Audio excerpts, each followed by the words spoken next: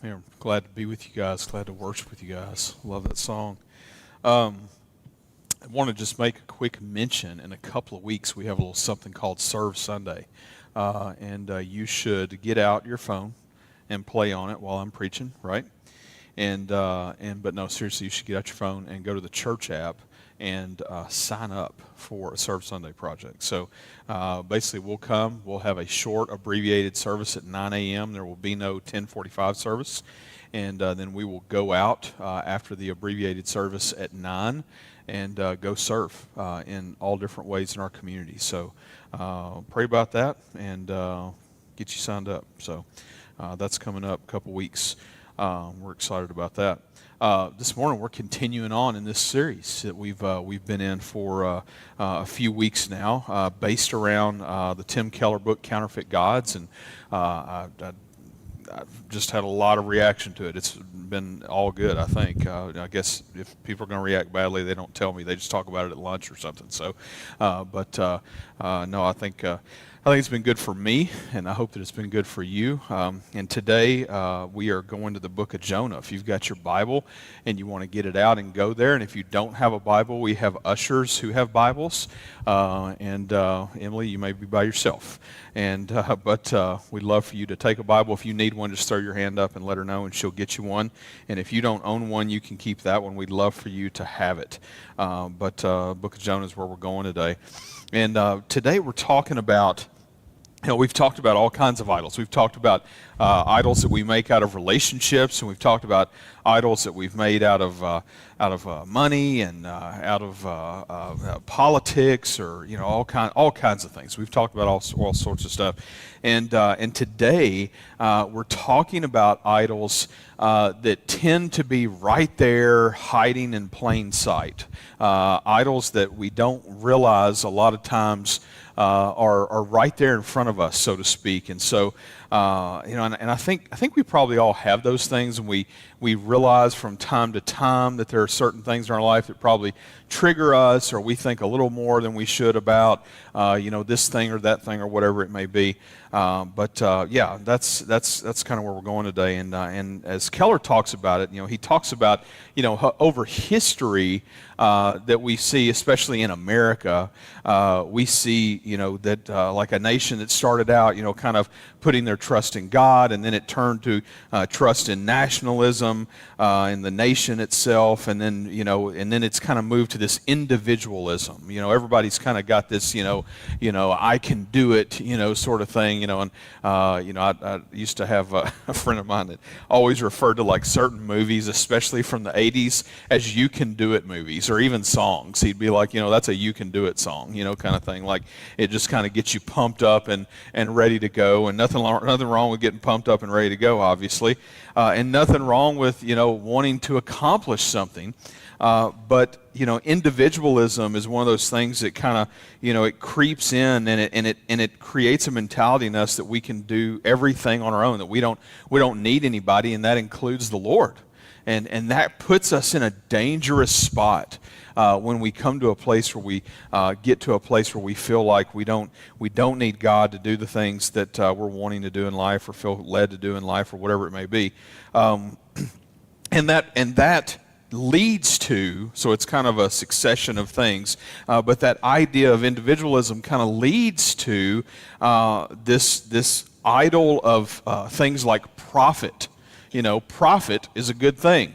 We want a business to make profit. We don't want a business to always take a loss, and so profit is a good thing. But a good thing, like most things, can be made into ultimate things, and that can be an idol.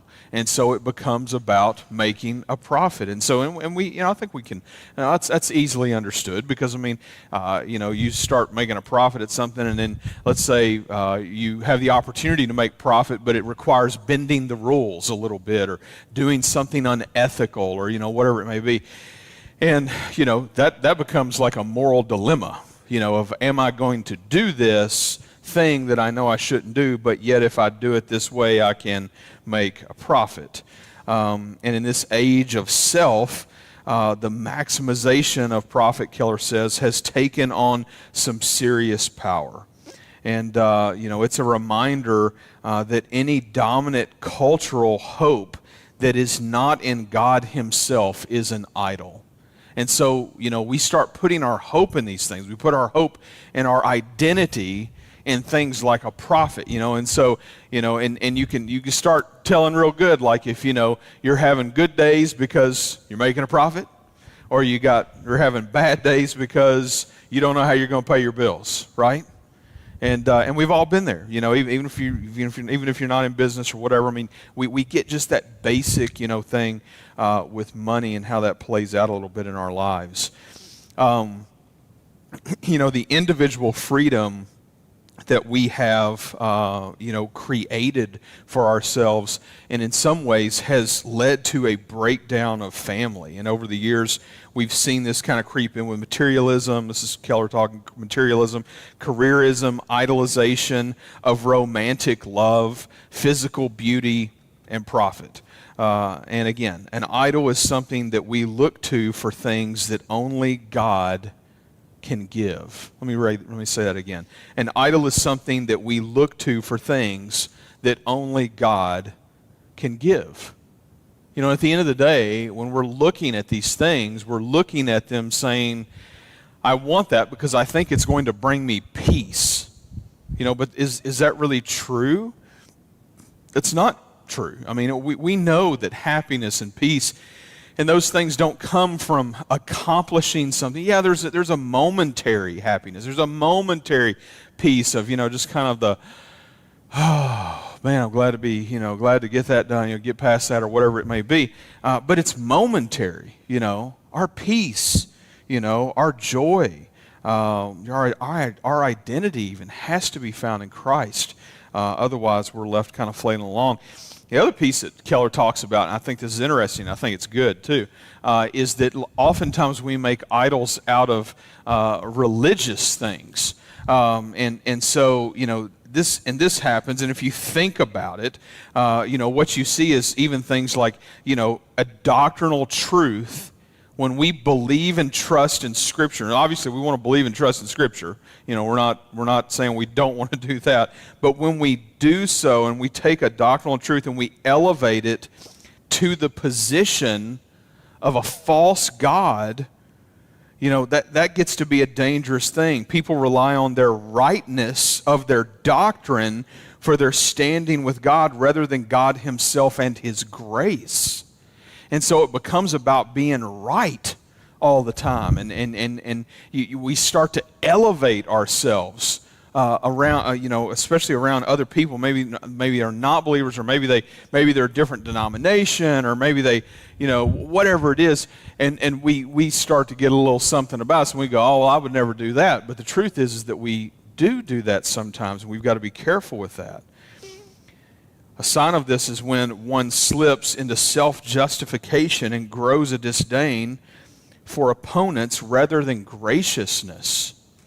If you find yourself getting to a place where you're looking down on people, and let's say somebody that's an opponent in some way, they believe something differently, or they're a different nationality, they're from a different place, or look different than we do, or whatever it is, when we get to a place where we start to grow a disdain for them, and we grow a hatred for them instead of grace, I mean, that's a dangerous place. And we say, oh, well, Chris, I never want to do that. Well, yeah, I don't think any of us want to do that, but I don't think that we realize sometimes we do that. Because we're like, oh, well, those people are evil, and they're out to try to change the world and lead people away from the Lord. Listen, that may be the case. That may totally be the case, but let me help us to understand something. We are still called to love those people. We're still called to show those people grace. Jesus died for them like he died for us. Do they know Jesus? Maybe not. Maybe they don't know Jesus, but that's the point. Is like, how do they ever know Jesus if we are not Jesus to them? This is not a view of saved by grace by their trust in the rightness of their views, but it's making them feel superior.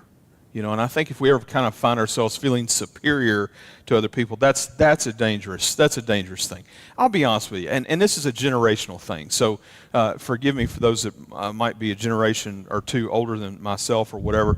But I think a generational thing, I think most people my age would probably agree with this, that we have seen over time is that we grew growing up, and some of it's because of, probably seeing the news or whatever it was, but we grew a distrust for the suit and tie guy or the person with, a title. That's why, and that creeps in on me a little bit to the point, and I don't know if this is good or bad or whatever, but like when people, come and talk to me or they meet me and they're like, they want to give me the old Pastor Chris or Reverend Royalty junk, and I'm just like, just Chris is good. Just Chris is good. We're fine with just Chris, okay? And so, like, of course I have some people that do that, but they do it on purpose because they're like, trying to like get me, and that's fine too. I don't care. But I think even part of that is like, I even as a pastor, I don't want someone to ever feel like that I feel like I'm superior to them in some way. I'm not. I'm absolutely not. And you may say, oh, well, Chris, you've done this for this long, or you got an education, or I don't care. It doesn't matter. It doesn't make me better than somebody else. I'm a sinner saved by grace just like everybody else with a calling to do this. And you have a calling to do what you're doing, hopefully. It's that sort of thing. It's so simple, and we make way more out of it than it is. Furthermore, we see this with pastors. This whole, and this was an interesting thing I like that Keller went down this road in the book, is that he talked about in religious communities, how in religious communities we turn spiritual gifts and ministry success into idols. So going back to, religious idols, whatever it may be, even in ministry, we make idols sometimes. And so it becomes based upon the success of your ministry and, what's going on with that. And, a minister or a pastor may teach that they're saved only by grace, but feel in their hearts, if they were being honest, that their standing with God is equal to lives changed.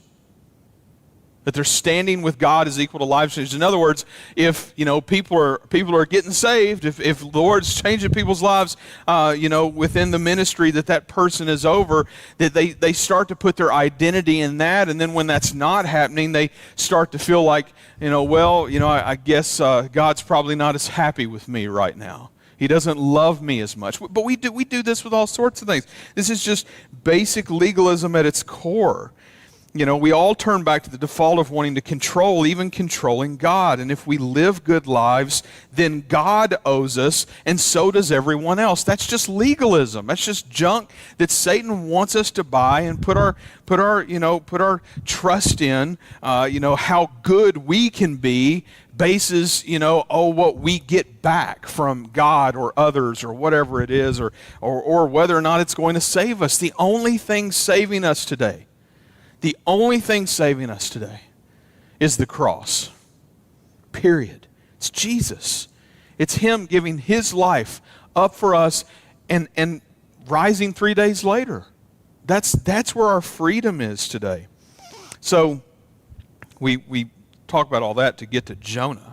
And I don't know how much you remember about Jonah, and I think a lot of folks take Jonah and they go, well, Jonah's, you go back to the felt board thing or whatever. You go back to growing up. If you grew up in church, you got to talk. You talk about Jonah at least once a year as a kid because it was just one of those things.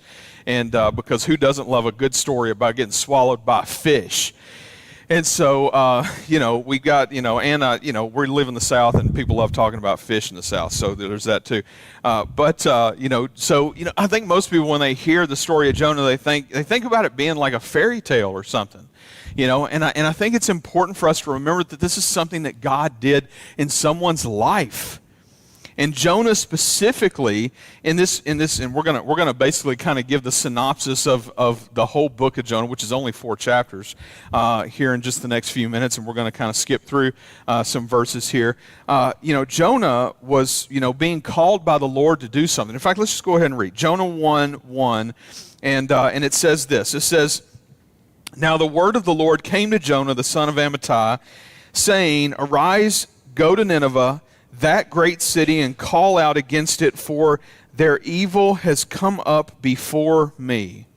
So Jonah gets a calling on his life, and his calling is to go to the great city of Nineveh, and it's to preach to them. It's to tell them the truth that basically, hey, you guys are in a mess. You guys are not doing well here. Like, this is not going to end well for you.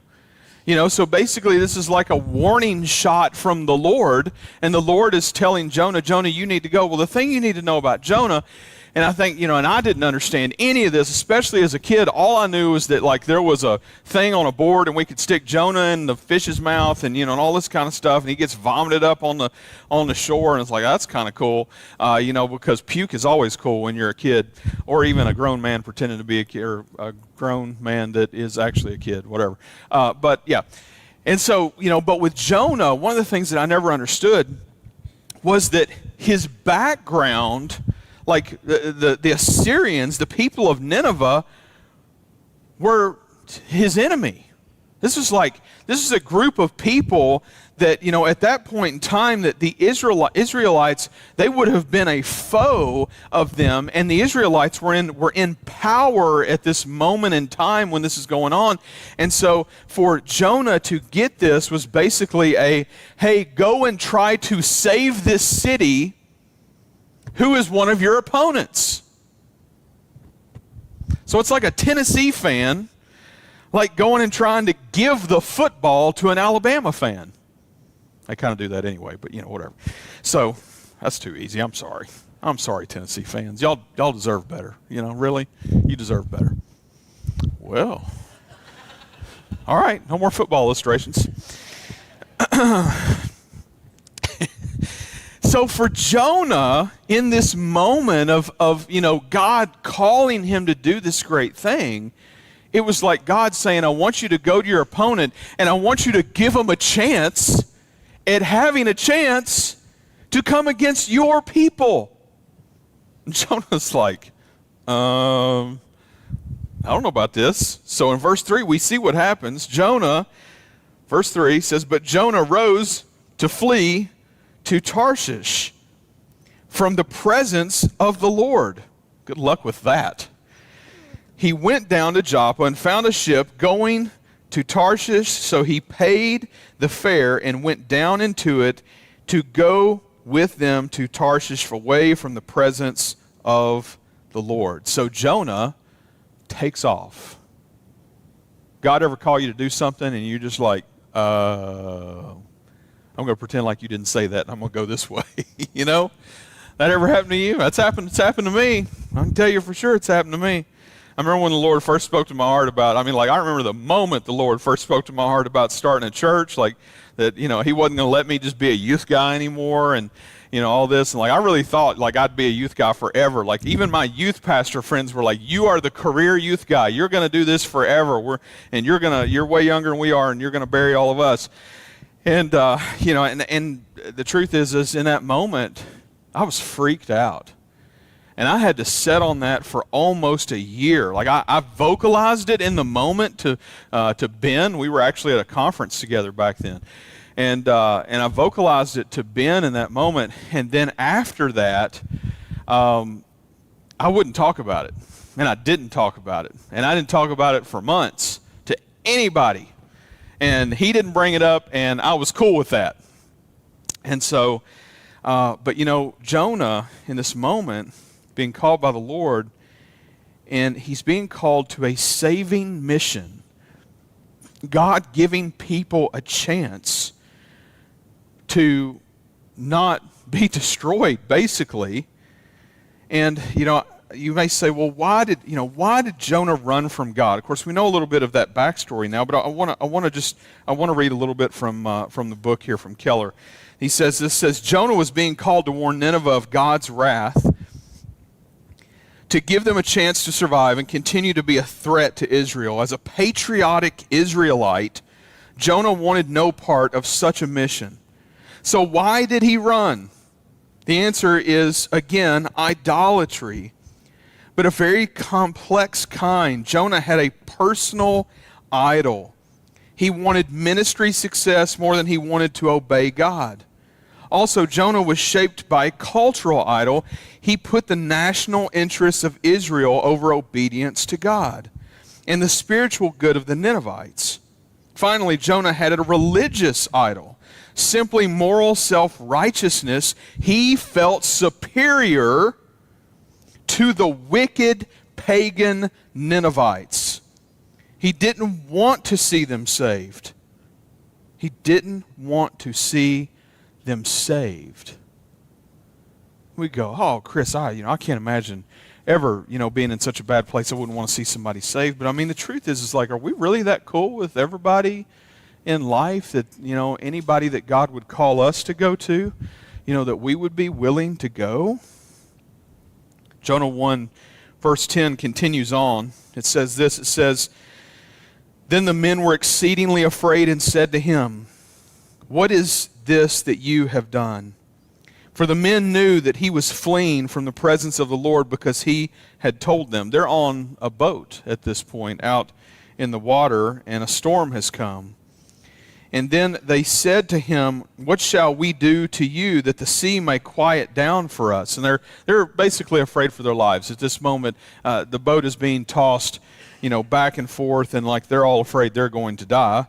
And they have figured, they cast lots, and we skipped that part or whatever, but they figured out it's Jonah's fault somehow. And then they ask him, "What's up?" And he's like, "Well, I'm running from the Lord." And they're like, "Oh my gosh, you're running from the Lord and got on our boat?" And he says, "What shall we do to you for the sea to quiet down for us? For the sea grew more and more tempestuous." And he said to them, "Pick me up and hurl me into the sea, and then the sea will quiet down for you, for I know it is because of me that the great tempest has come upon you." And so, if you keep going there, in verse 17, it says, "And the Lord appointed a great fish to swallow up Jonah." They throw him over, the fish swallows up Jonah, and Jonah was in the belly of the fish 3 days and 3 nights. Now that sounds like a timeshare, timeline or something. So I don't know what that was like hanging out in a fish for 3 days and 3 nights, but I know what it's like going to timeshare presentations for 3 days and 3 nights. It says in verse 1 of chapter 2, it says, "Then Jonah prayed to the Lord his God from the belly of the fish." And then in verse 4, "Then I said, I am driven away from your sight, yet I shall again look upon your holy temple." And now we're skipping to verse 8. I know we're skipping a bunch, but this is so we can manage the whole thing. "Those who pay regard to vain idols forsake their hope of steadfast love, but I with the voice of thanksgiving will sacrifice to you. What I have vowed I will pay. Salvation belongs to the Lord." And the Lord spoke to the fish, and it vomited Jonah out upon the dry land. And now you're thinking, oh, well, now the Lord's got his attention, right?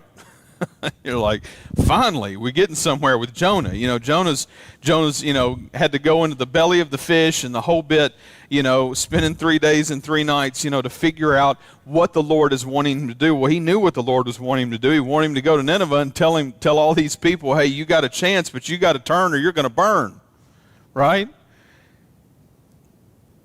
And time in the fish was serious time to think, and it led Jonah to the realization that God's grace was as much theirs as it was his.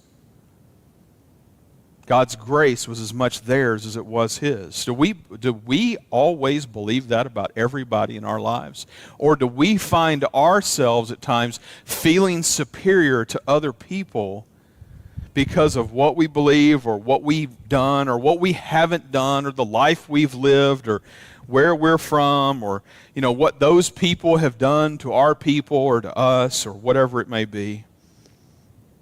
Salvation comes from the Lord, and it is for all. We love the saying justice for all. What about salvation for all? Do we really believe that? Do we live that with our life as God puts people in our paths? Are we thinking about that with people? What we see blocking grace in our lives are idols. Idols. Jonah's idol was, him worrying about, his people, he had his pride in religion, the fear of personal failure, love for his country, his own nationalism, his own people, so afraid that if God saved these people, then all of a sudden there's going to be somebody to come against the Israelites, and then it would all be his fault.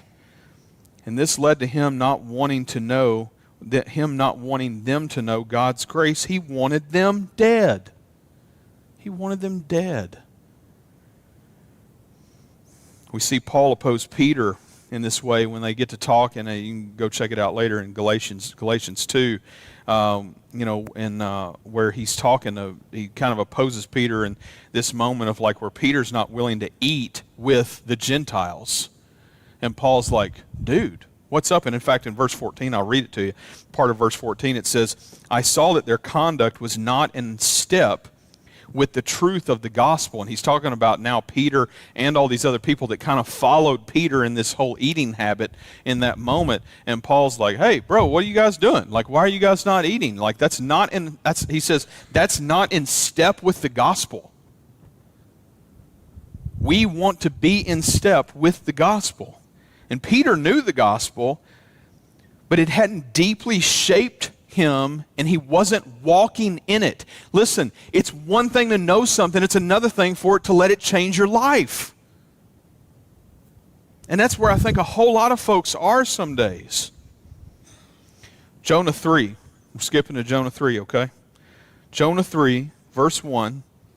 It says this, it says, then the word of the Lord came to Jonah the second time, saying, arise and go to Nineveh. And you're thinking, oh, well, yeah, he's going to do it this time, right? Yeah, of course. And it says, arise and go to Nineveh, that great city, and call out against it the message that I tell you. So Jonah arose and he went to Nineveh. Finally, he's listening to the Lord according to the word of the Lord. Now Nineveh was an exceedingly great city, 3 days' journey in breadth. Jonah began to go into the city, going a day's journey, and he called out, yet 40 days, and Nineveh shall be overthrown. And the people of Nineveh believed God and called for a fast and put on sackcloth, from the greatest of them to the least of them. And when God, and skip to verse 10, and when God saw what they did, how they turned from their evil way, God relented of the disaster that he had said that he would do to them, and he did not do it. And if I don't know about you, but if I'm Jonah, I'm thinking woohoo! It's got to be like leading the greatest crusade of all time. All these people, I'm just imagining a Billy Graham crusade back in the day. It's like the legit crusades, all these people come, hearing the gospel, hearing the truth, their lives turning, they're changing, turning toward the Lord to follow him, all this stuff, repenting, the whole 9 yards. And here it is, over 100,000 people, being saved. We don't know to what degree, but at least literally with their lives, they're being saved in this moment from destruction. And I'm thinking, Jonah's got to be ecstatic. He's got to be over the moon about this, right? Nope. Jonah chapter 4. Jonah chapter 4, verse 1 says this. It says, but it displeased Jonah exceedingly, and he was angry. And he prayed to the Lord and said, O God, is not this what I said when I was yet in my country, that is why I made haste to flee to Tarshish? For I knew that you are a gracious God and merciful, slow to anger and abounding in steadfast love and relenting from disaster. Therefore now O Lord, please take my life from me. For it is better for me to die than to live. And the Lord said, do you do well to be angry? I love that question.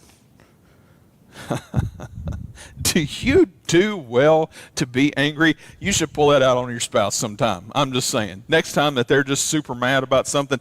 Jesse, will you do that to Jason sometime for me and just videotape it or something? Oh, it's the other way around. Yeah, I don't believe that. Yeah, he's never angry. And so, yeah, but what in the world? You have this moment where you're thinking, this is this great thing God has called you to be a part of. You're getting to be a fly on the wall. You help get to lead people to it. And then you turn around and he's madder than a wet hen. That's Southern for real mad.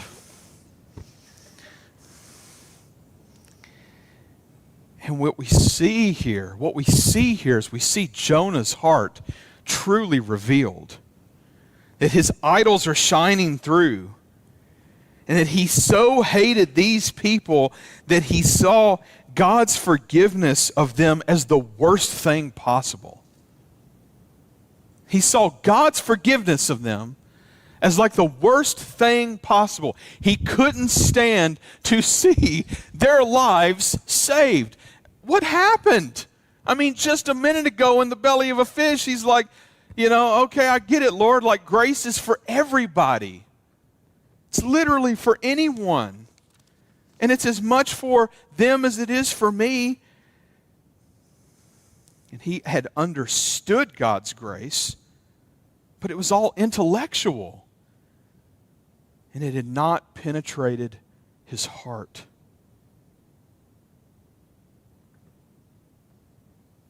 Has the gospel penetrated your heart? Like, is it changing who you are? Or are you going on living a life that you think you're untouchable? Let me tell you what's going to happen. If you live that life, he's going to wake you up. You know why? Because he loves you.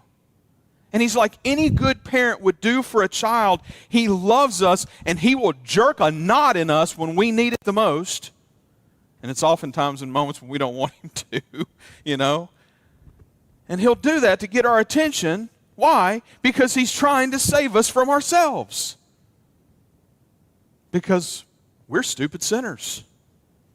And our hearts lead us back to the dumb stuff all the time. We're like, oh, hi, dumb stuff. It's you again. We haven't hung out in a while. Let's go do dumb stuff. And it's like, what? We're like Jonah. It's intellectual. We know the truth, but we're not letting it penetrate our hearts. We're not letting it change who we are. And as believers, we say what Jesus thinks of us is what matters, not human approval, but that's what we say. And we still struggle with the other, like, oh, well, I still want to, make them happy. I still want them to think I'm the stuff, or whatever it is. And our actions show different.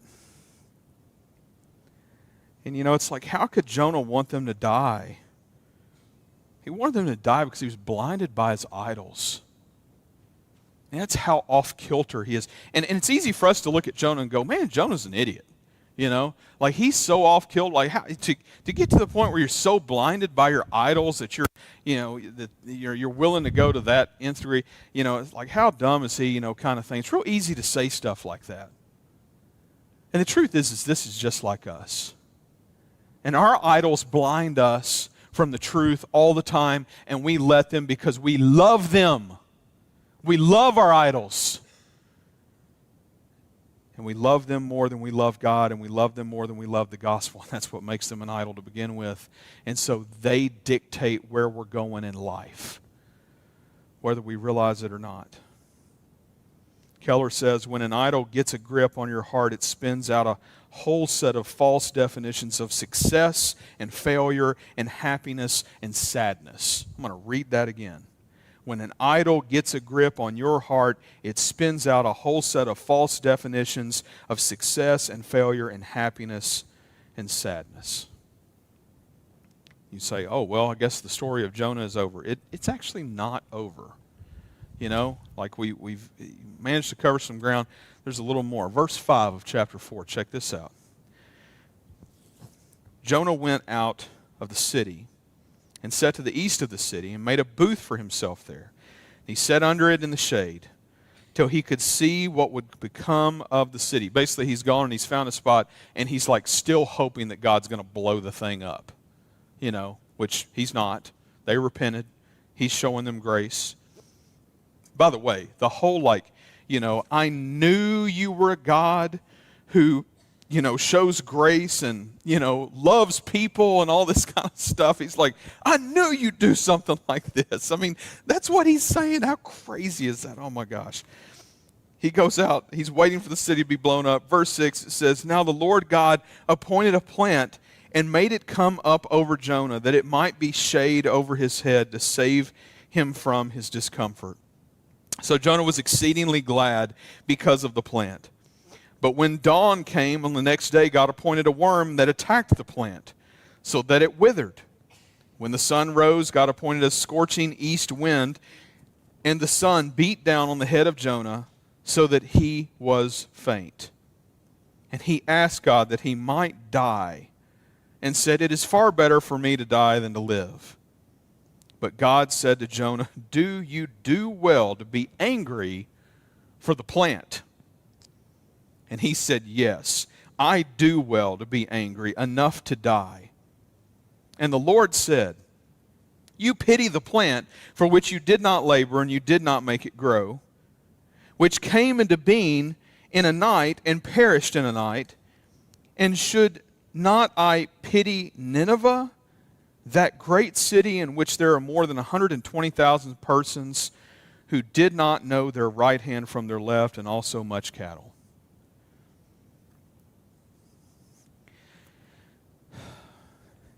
It's interesting, our emotions.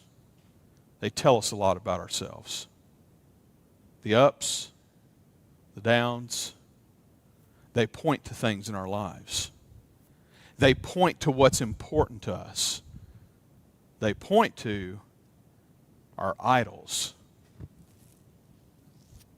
They point to things that we think are super important and lead us to being angry or sad or happy. I think here God is putting Jonah through the paces because he wants Jonah to see what's going on inside himself. And the interesting thing is that this is how the book of Jonah ends. We don't actually know from here what happens with Jonah. Now, we could say, oh, well, he died, or, whatever, eventually he died. But, in this moment, I don't think that he did. And partly because we have the book of Jonah. We have an understanding of what had happened here. Keller says this, it says, idols generate false beliefs such as I cannot achieve X, then if I cannot achieve X, then my life won't be valid. I hear this with men all the time, especially. Or, since I have lost or failed Y, now I can never be happy or forgiven again. Well, I've heard that many times over the years with people who are like, well, I can't come to church because I've done these terrible things in my life. These beliefs magnify ordinary disappointment and failures into life-shattering experiences. When people say, I know God forgives me, but I cannot forgive myself, they mean that they have failed an idol whose approval is more important to them than God's. Idols function like gods in our lives, and so if we make career or parental approval our God and we fail it, then the idol curses us in our hearts for the rest of our lives. We can't shake the sense of failure. We let it haunt us. There's a lot of folks walking around like this these days, folks. You may be one of them. You may be struggling with one of these things. Let me tell you what, I didn't come to tell you about this today so you feel beat up. I came to tell you this today so that you'd turn to the Lord and let Him sacrifice the idol that's in your life that is causing you to feel like a failure. Stop it. You're not. You're created by Him. You're doing what He wants you to do. It's not what you thought it would be. Surprise.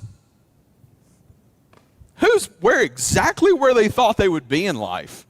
I mean, when I was a little kid, I used to draw pictures of a tow truck because I wanted to drive a tow truck one day.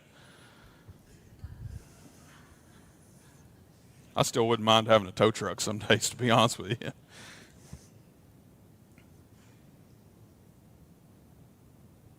Why had Jonah lost the will to live? You don't lose your desire to live unless you have lost your meaning in life. His meaning in life was the freedom of his nation. What is your meaning in life? Is it to glorify God? Is it to make Him known? Because that is the purpose of our life. God created us with that in mind, that people would know Jesus because they know us. If we find some other meaning in life, I'm going to go ahead and tell you, it's going to lead to a dead end. It's not going to lead to happiness. You're not going to find peace. At first, Jonah didn't go at all to Nineveh. Then he went. But he went without compassion. But God came with compassion. Jonah didn't want to go for fear of being harmed. But Jesus came knowing we'd kill him. And so he could save us and take our place. There was a great storm in the boat for Jonah that day and all those men. Many, many years later, there'd be another great storm in a boat with Jesus and his disciples. All the men equally freaked out except Jesus. And, you know, although they were great storms and they caused great fear, the greater storm that Jesus went through was the one on the cross for us. The ultimate storm for the sin of us all. And put on him all sin of the whole world, that he might take death from us that we deserve. And when we struggle with our idols, we can remember what he has done for us. What happened to Jonah is left open-ended. But I'll tell you, I think the Lord left it that way so that it leads back to us. What is happening with us? Today is the question. What idols do we have hiding in plain sight? Let's pray.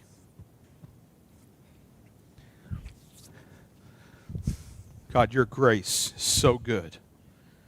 It is so good that it is even great for the worst of us all. There is nothing that can separate us from your love, Lord.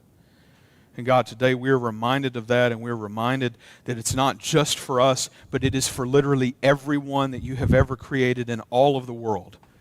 That you love all people, and that you want all people to hear the gospel. Lord, you want our neighbors to hear the gospel. You want the people that we hang out with at ball fields to hear the gospel. You want people, Lord, that we work with to hear the gospel.